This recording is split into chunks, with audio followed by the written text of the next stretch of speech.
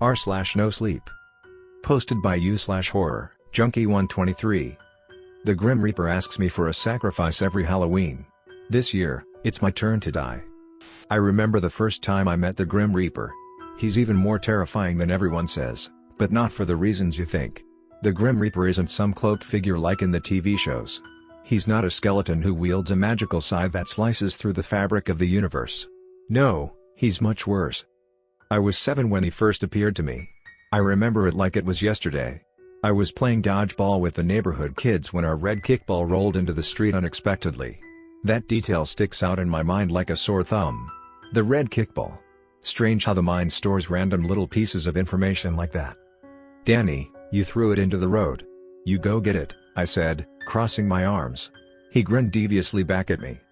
"I think we should make Maggie do it. That's what she gets for being a girl." "Yeah. I heard she has cooties." "Gross," Turner chimed in, crinkling his nose. I turned to Maggie. I could already see the tears welling in her eyes. I hated when they picked on her like that. "No, it's fine. I'll get it," I said, shooting Maggie a smile. She returned a weak grin to me, her cheeks turning bright red. "Thank you, Colton," she murmured as I trudged to the street. Danny and Turner chided mockingly behind me as I went. "Thank you, Colton. Colton, you're my hero. I love you, Colton." I shot them a death glare once I reached the curb. They immediately shut up. And that's the last thing I remember before waking up in a dark, empty void. I opened my eyes. Logically, I knew that my brain should have been in full-on panic mode, but at first, I was filled more with curiosity than fear.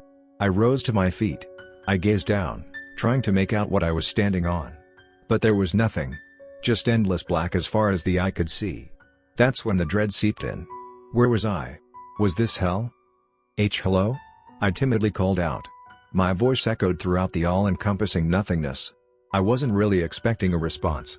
But I got one. "Hello?" A deep menacing voice boomed through the darkness. My eyes went wide as saucers and my blood ran cold. "Do not be afraid," the voice continued. "This is the in-between. You are neither alive nor dead. But you do not have long. Soon, you will cross over to the other side." Normally, I'd be having a full-on meltdown. But the cadence and low rumble of its tone worked to calm my nerves. Still, it was difficult to process. How did I get here? Try to remember. I tried my best, but failed to dredge up a single detail that could have led to my demise. And then it hit me like a freight train. Memories flooded my brain like a tidal wave.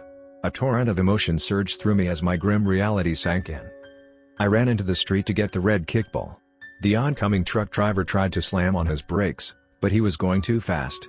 I didn't stand a chance. I remember lying on the ground. I remember my friends and parents crowding around in pure shock. I remember the blood pooling all around me as my consciousness slowly faded away. And then, I was here. I got hit by a truck, I murmured, lost in thought. "That's right. And I brought you here. To collect your soul."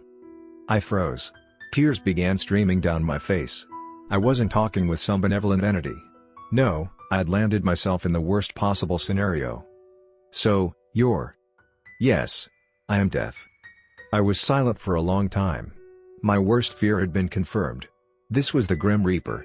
Images of my life began flashing through my head. My 6th birthday party, the day my parents got me a dog, 2 afternoons prior when Maggie held my hand on the swing set.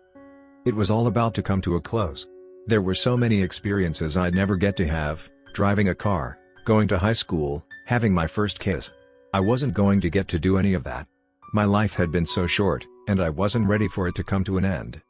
After what felt like a lifetime reflecting on my childhood, death spoke again, snapping me from my reverie. "Child, your time has come."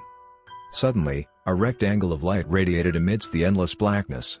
I started floating toward it involuntarily, my legs betraying me as I drifted closer. It was no use. This was the end of the line. Tears clouded my vision.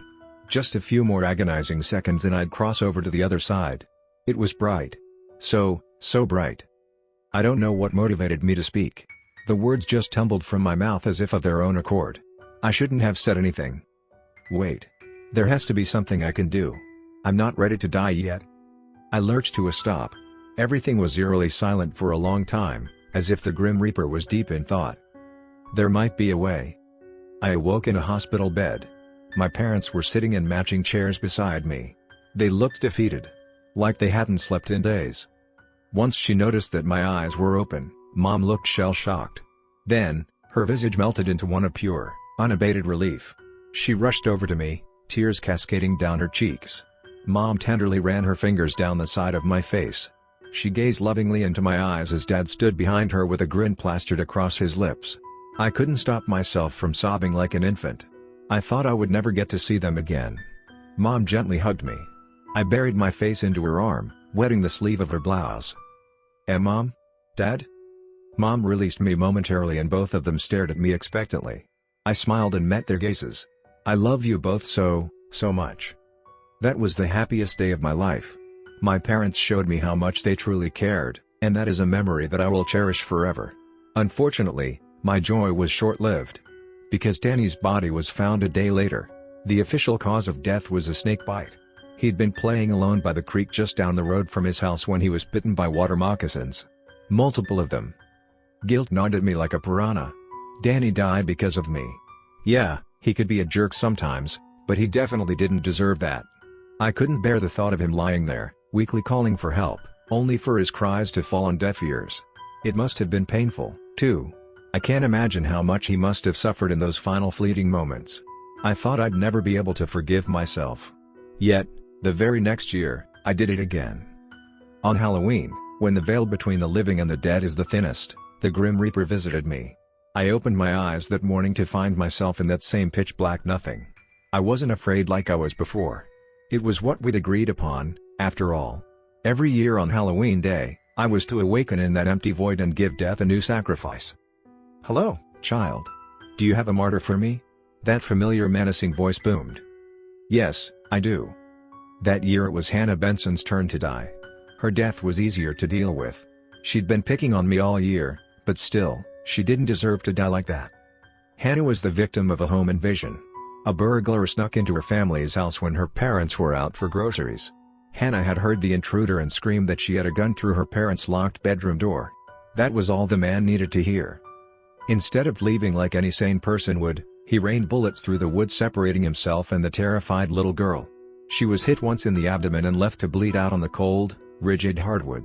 I don't even want to begin to imagine the amount of hurt I caused her parents. They had to pay the ultimate price due to my selfish antics. But I was still too cowardly to stop.